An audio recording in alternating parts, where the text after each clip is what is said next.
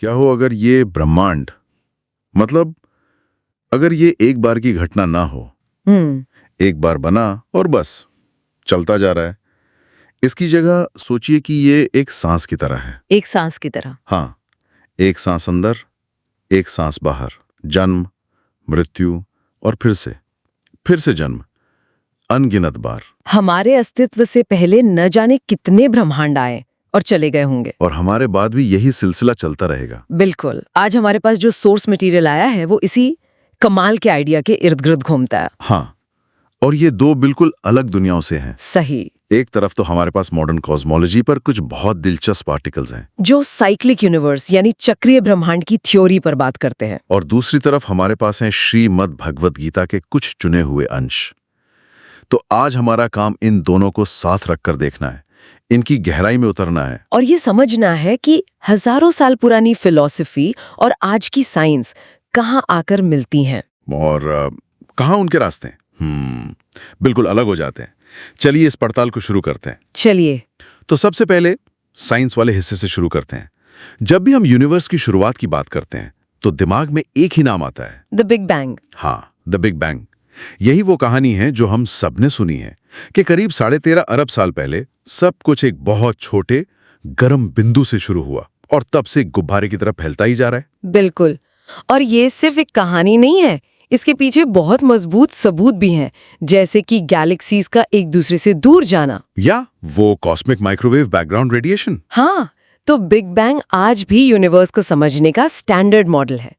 लेकिन जैसा कि हमारे सोर्सेज में बताया गया है, साइंस की सबसे अच्छी बात यह है कि वो कभी एक जगह रुकता नहीं है। हम हमेशा सवाल पूछता है। वो हमेशा सवाल पूछता है, इसके अलावा और क्या हो सकता है? और इसी सवाल से एक और दिलचस्प मॉडल सामने आता है जिसे साइक्लिक यूनिवर्स मॉडल कहते हैं। अच्छा, ये भी मेन स्ट्रीम नहीं है, पर ये यूनिवर्स को देखने का एक पूरी तरह से अलग एंगल है। साइक्लिक यूनिवर्स यानी एक चक्र। ये सुनने में तो बहुत आसान लगता है, पर इसका मतलब क्या है? ये चक्र काम कैसे करता है? मतलब बिग क्रंच, बिग बाउंस, ये सब क्या है? इसे ऐसे समझते हैं, बिग बैंग कहता है कि यूनिवर्स फैल रहा है। हाँ, साइक्लिक मॉडल कहता है ठीक है, मान लिया फैल रहा है, लेकिन क्या होगा अगर ये फैलाव हमेशा न चले? क्या होगा अगर एक पॉइंट पर आकर गुरुत्वाकर्षण यानी ग्रेविटी, जो हर चीज को अपनी ओर खींचती है, हाँ, वो इस फैलाव पर हावी हो जाए? अगर ऐसा हुआ तो यूनिवर्स का फैलना रुक जाएगा और वो वापस सिकुड़ना शुरू कर देगा। इसी महासंकुचन को बिग क्रंच कहते हैं। एक मिनट, ये थोड़ा कंफ्यूजिंग है। हम तो हमेशा से सुनते आए हैं कि ब्रह्मांड का फैलाव धीमा नहीं हो रहा, बल्कि और तेज होता जा रहा है। सही। डार्क एनर्जी नाम की कोई चीज है जो उसे और तेजी से धकेल रही है। तो फिर ये वापस सिकुड़ेगा क्यों? कौन सी ताकत इसे वापस खींचेगी? आपने बिल्कुल सही पॉइंट उठाया, और यही वो सवाल है जिसके कारण साइक्लिक मॉडल आज एक वैकल्पिक सिद्धांत है, मेन स्ट्रीम नहीं। अच्छा, हमारी आज की ऑब्जर्वेशंस यही दिखाती हैं कि डार्क एनर्जी की वजह से फैलाव तेज हो रहा है। इसलिए कई वैज्ञानिक मानते हैं कि बिग क्रंच शायद कभी होगा ही नहीं। लेकिन कुछ दूसरे मॉडल्स ये संभावना जताते हैं कि शायद डार्क एनर्जी हमेशा एक जैसी ना रहे, या शायद किसी और अनजान ताकत की वजह से भविष्य में ग्रेविटी जीत जाए। ये साइंस के सबसे बड़े अनसुलझे सवालों में से एक है। ठीक है। पर अगर हम इस मॉडल की थ्योरी पर चलें तो बिग क्रंच के बाद आता है सबसे इंटरेस्टिंग हिस्सा। और वो क्या है? वो है बिग बाउंस। सोचिए कि जब यूनिवर्स पूरी तरह सिकुड़कर वापस एक बेहद छोटे और घने बिंदु पर पहुंच जाएगा तो क्या होगा? खत्म हो जाएगा? नहीं, वो अपने आप में ही खत्म नहीं होगा, बल्कि एक स्प्रिंग की तरह बाउंस करेगा। बाउंस करेगा? हाँ, एक जोरदार उछाल, और एक बिल्कुल नया ब्रह्मांड फिर से फैलना शुरू कर देगा, एक नया बिग बैंग। और फिर वही कहानी दोहराई जाएगी, फैलाओ, फिर संकुचन, और फिर एक नया बाउंस। एक अंतहीन ब्रह्मांडीय धड़कन की तरह। बिल्कुल। वाह, ये सोचना ही दिमाग घुमा देता है। इसका मतलब है कि समय एक सीधी रेखा नहीं है जो एक पॉइंट पर शुरू होकर आगे बढ़ती है। नहीं, वो एक पहिया है जो घूमता रहता है। कोई शुरुआत नहीं, कोई अंत नहीं, बस अनंत चक्र। जब मैं इस बारे में सोचता हूं ना, तो हमारा ये 80-90 साल का जीवन और कहां ये अरबों साल के ब्रह्मांडीय चक्र। सही बात है। ऐसा लगता है जैसे हम समुद्र किनारे खड़े एक रेत के कण के बराबर भी नहीं है। बिल्कुल। ये सिर्फ एक फिजिकल थ्योरी नहीं है, ये हमारे अस्तित्व की धारणा को ही बदल देती है। अगर ये सच है तो हम एक बहुत बहुत लंबी कहानी का सिर्फ एक छोटा सा अध्याय है। अंतहीन चक्र ये शब्द सुनते ही मुझे हमारे सोर्स मटेरियल के दूसरे हिस्से का ख्याल आ रहा है। ये आइडिया सुनने में बहुत मॉडर्न और साइंटिफिक लगता है, पर मजे की बात यह है कि ठीक ऐसा ही एक विचार एक बिल्कुल अलग दुनिया में हजारों सालों से मौजूद है। हाँ? चलिए अब भगवत गीता के नजरिए को देखते हैं, जैसा कि हमारे स्रोतों में दिया गया है। हाँ, और यहाँ ये कोई छिपा हुआ या मुश्किल सिद्धांत नहीं है, बल्कि वैदिक कॉस्मोलॉजी का एक केंद्रीय विचार है। अच्छा। हमारे सोर्स के मुताबिक गीता और दूसरे वैदिक ग्रंथों में सृष्टि को एक चक्रीय प्रक्रिया के रूप में ही देखा गया है।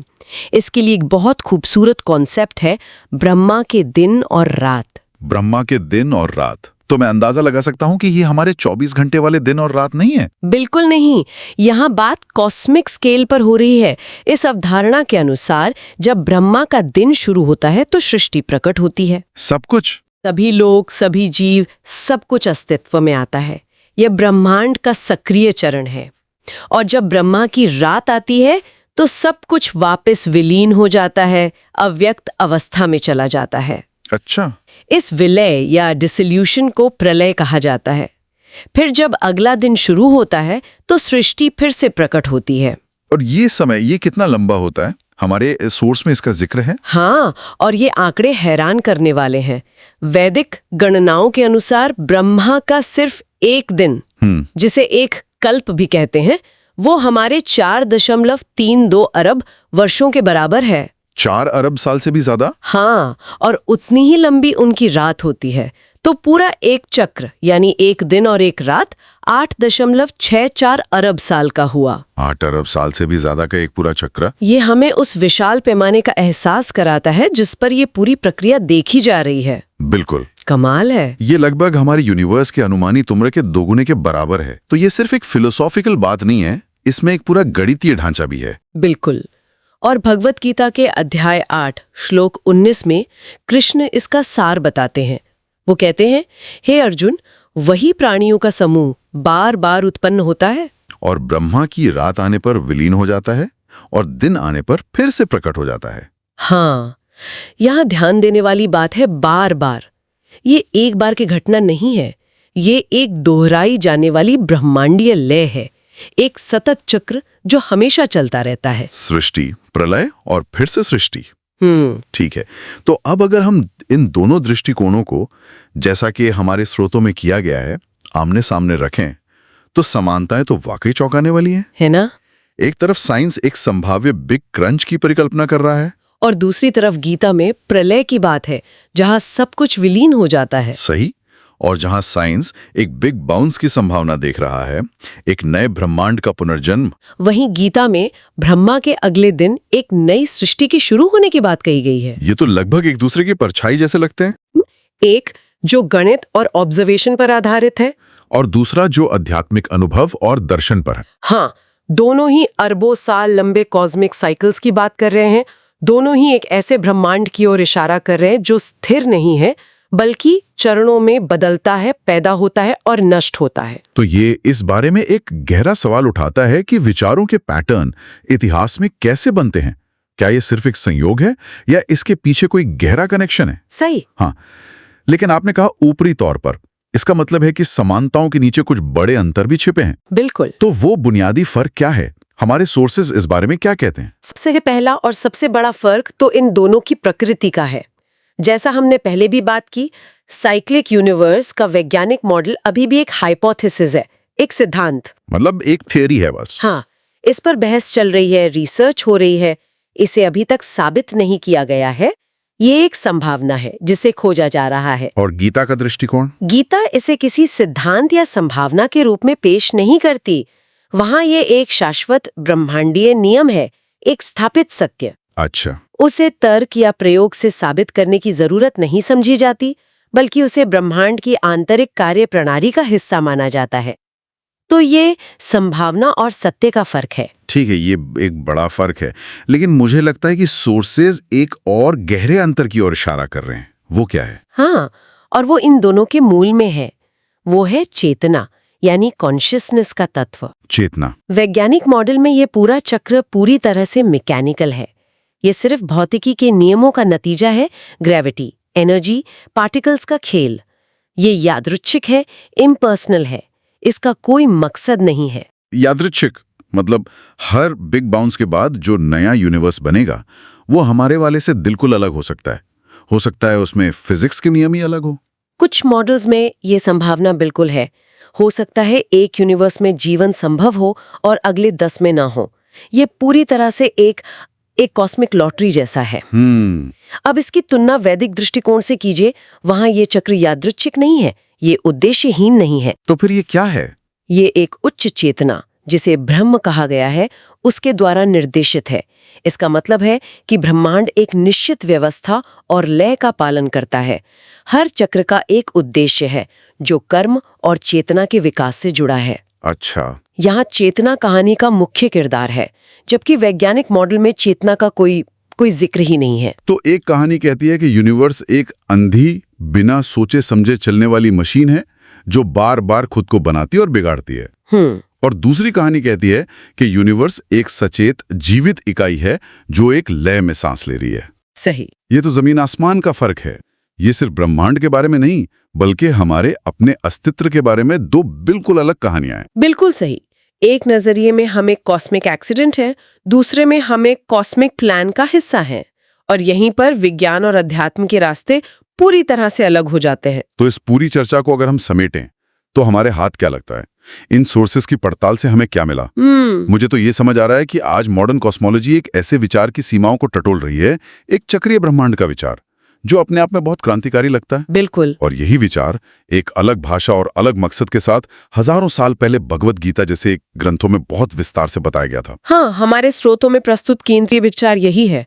और यहाँ ये कहला मकसद नहीं है कि देखो गीता ने तो पहले ही बता दिया था। नहीं, वो एक बहुत सरल निष्कर्ष होगा। हाँ, असली दिलचस्प बात, जैसा कि सोर्सेज इशारा करते हैं, ये है कि मानव विचार के दो अलग अलग रास्ते जो हजारों साल और बिल्कुल अलग तरीकों से चले, वो एक जैसे पैटर्न पर पहुंच रहे हैं। एक बाहर की दुनिया को टेलीस्कोप से देख रहा है, दूसरा भीतर की दुनिया में ध्यान से उतर रहा है, पर दोनों को एक चक्रीय लय दिखाई दे रही है।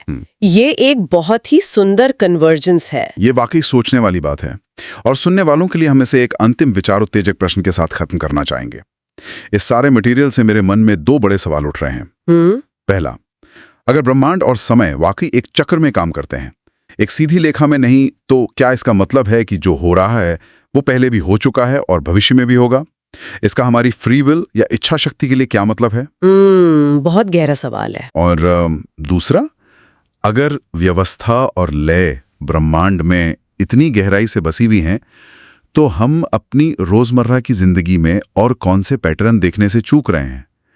क्या हमारे जीवन में भी ऐसे ही चक्र काम कर रहे हैं जिन्हें हम पहचान नहीं पा रहे?